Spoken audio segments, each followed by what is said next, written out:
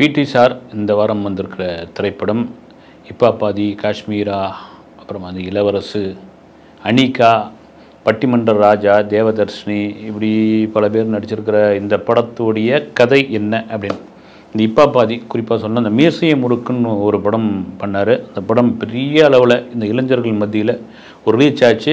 அதுக்கு காரணம் தான் ஹிப்ஹாப் ஆல்பம் தான் காரணம். ஓகே, அதுக்கப்புறமா 2-3 படம்லாம் நடித்தார். அந்த அளவுக்கு மனசில் ஓட்டல. இந்த படம் ரொம்ப எதிர்பார்ப்பில் இருந்த படம். அதுக்கு காரணம் என்னென்னா ரொம்ப நாளைக்கு அப்புறம் வந்திருக்காரு. ஓகே, பிடி சார் படத்தோட கதை என்ன, இவர் பிடி மாஸ்டர், அதனால் பிடி சார்னு தலைப்பு வச்சுருக்காங்க. பிடி மாஸ்டரான இப்பா பாதி எதிர் வீட்டில் இருப்பவர் அனிகா. ஒரு நாள் அனிகா தற்கொலை பண்ணிக்கிறாங்க. அந்த தற்கொலை கொலை அப்படின்னு முடிவு செய்கிறார். அந்த கொலைக்கான காரணம் கல்வி தந்தை தியாகராஜன், அவர் தான் இந்த கொலையை செஞ்சுருக்காருன்ட்டு போய் நீதிமன்றத்தில் வழக்கு தொடரப்படுகிறது.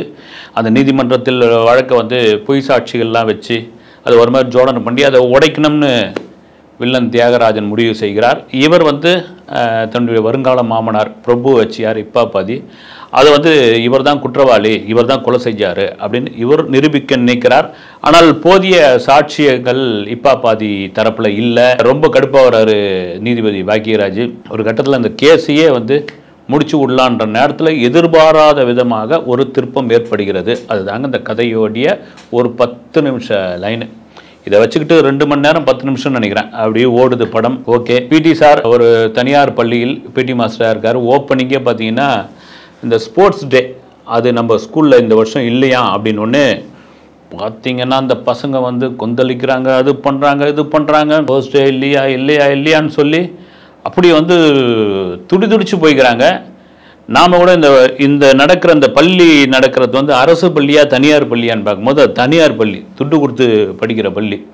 இதில் பேரண்ட்ஸ் எத்தனை பேரும் சேர்ந்து இந்த வருஷம் ஸ்போர்ட்ஸை வச்சு தாங்க ஆகணும், சும்மா துட்டு கொடுக்குறோம் நாங்கள் அப்படின்னு கேட்டாலே அங்கே முடிஞ்சு போச்சு. இதுக்கு பார்த்தீங்கன்னா அரசு பள்ளியாக இருந்ததுன்னா இந்த வாட்டி நம்ம பள்ளிக்கூடம் ரேங்கில் கம்மியாகிடுச்சு, அதனால் படிப்பில் கவனம் செலுத்துவோம், ஸ்பெஷல் கிளாஸ் வைப்போம், அது இதுன்னு சொல்லி இந்த வருஷம் ஸ்போர்ட்ஸ் டே வேணாம் அப்படின்னு சொன்னால் அந்த மாணவர்கள் கொந்தளிக்கிறது, அதை எதிர்பார்க்கிறது. எப்படின்னா நம்ம படம் பார்க்குற நமக்கு ஒரு ஒட்டுதலாக இருக்கும். இது தனியார் பள்ளி லட்சக்கணக்கில் கொடுத்து படிக்கிற அந்த மாணவர்கள் சொல்கிறத தான் நிர்வாகம் கேட்கும். திடீர்னு பார்த்தீங்கன்னா இந்த ஸ்போர்ட்ஸ் டே வேணும் அப்படின்னு சொல்லி ஒரு மேஜிக் வால், அதாவது ஒரு செவரு அந்த பள்ளிக்கூடத்தில், அந்த செவத்தில் மாணவர்கள் தங்களுடைய கருத்துக்களை எழுதி வைக்கிறாங்க.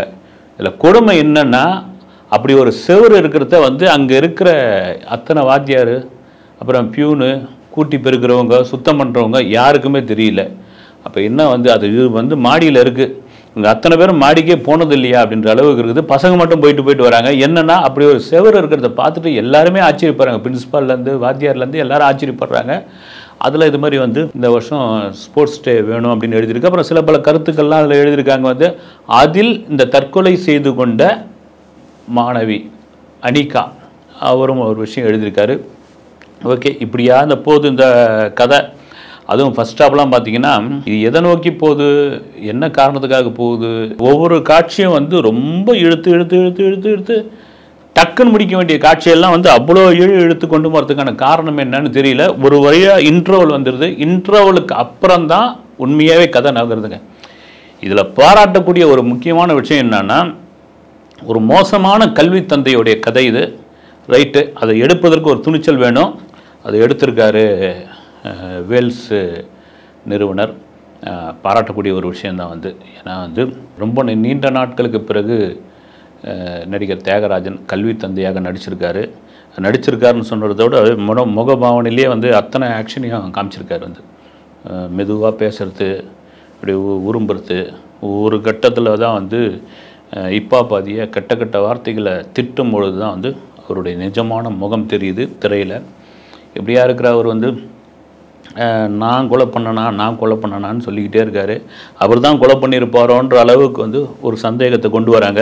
கடைசியில் சொன்னேன் இல்லைன்னா அந்த 10 நிமிஷம் காட்சியை ஏன் சொல்லுவேன்னு, அதுதான் ஆடியன்ஸ் எப்படி ஏற்றுப்பாங்கன்னு எனக்கு தெரிஞ்சு ரொம்ப சந்தேகமாக இருந்தது. இதையெல்லாம் மீறி ஒரு கோர்ட் சீன், 2வது பாதி முழுக்க ஒரு கோர்ட் சீன் ஒன்று வருது. பார்த்தீங்கன்னா அவ்வளோ நாடகத்தனங்க. அது இப்படிலாம் கோர்ட் இருக்குமான்னு. கோர்ட் என்பது ஒரு நீதிமன்றம் என்பது ஒரு எப்படி இருக்குன்னு பாலா படங்கள் தான் காட்சி. சில படங்கள் கூட சொல்லலாம் இதுதாங்க யதார்த்தம், இப்படி தான் இருக்கும் அப்படின்னு.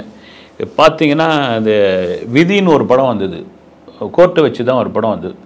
ஜெய்சங்கரும் சுஜாதாவும் வாதாடுவாங்க. அதில் கூட இன்ட்ரெஸ்டிங்காக இருந்தது. ஆடியோ கேசட் அதிகமாக விற்ற படம் அதுதான். அந்த கதை வசனம் ஒளிச்சித்திரன்வாங்க, அது அதிகமாக விற்றது அந்த இதுதான். இதெல்லாம் தாண்டி கோர்ட்டை வந்து காமெடி பண்ணிக்கிட்டு இருக்காங்க. ஜட்ஜி வந்து பாக்கியராஜ், ஒரு வழக்கறிஞர் பிரபு, இப்படியா போயிட்டு இருக்கு. ஏன்னா ஒரு கட்டத்துக்கு அப்புறம் இந்த கதையை எப்படி ஓட்டணும்னு தெரியல. கார்த்திக் வேணுகோபால்னு நினைக்கிறேன் டைரக்டர். அதனால் உருட்டி பெரட்டி அடித்து துவச்சி கொண்டு வராங்க. ரெண்டாவது வந்து பட்ஜெட் பெரிய பிரச்சனையாக இருக்குன்னு நினைக்கிறேன் இந்த படத்துக்கு. பார்த்தீங்கன்னா நிறைய நறுக்கு சுருக்கு, ஒரு இடத்துல அதே பார்த்த லொக்கேஷன்லேயே மறுபடியும் பார்த்து கையில் கிடைக்கிற மெட்டீரியல்லாம் படத்தில் யூஸ் பண்ணி ஒரு வழியாக தள்ளி இந்த படத்தை முடித்து ஆடியன்ஸை விட்டால் போதுண்டா அப்பா அப்படின்ற அளவுக்கு ஓடி போய் பைக் ஸ்டாண்டை எடுத்துக்கிட்டு கிளம்பி ஒரு டீயை சாப்பிட்டு ஆஸ்வாசப்படுத்திக்கிட்டு கிளம்புறாங்க. பிடி சார் இதுக்கப்புறம் நீட்டி முழங்க வேண்டிய அவசியம் இல்லை. நன்றி.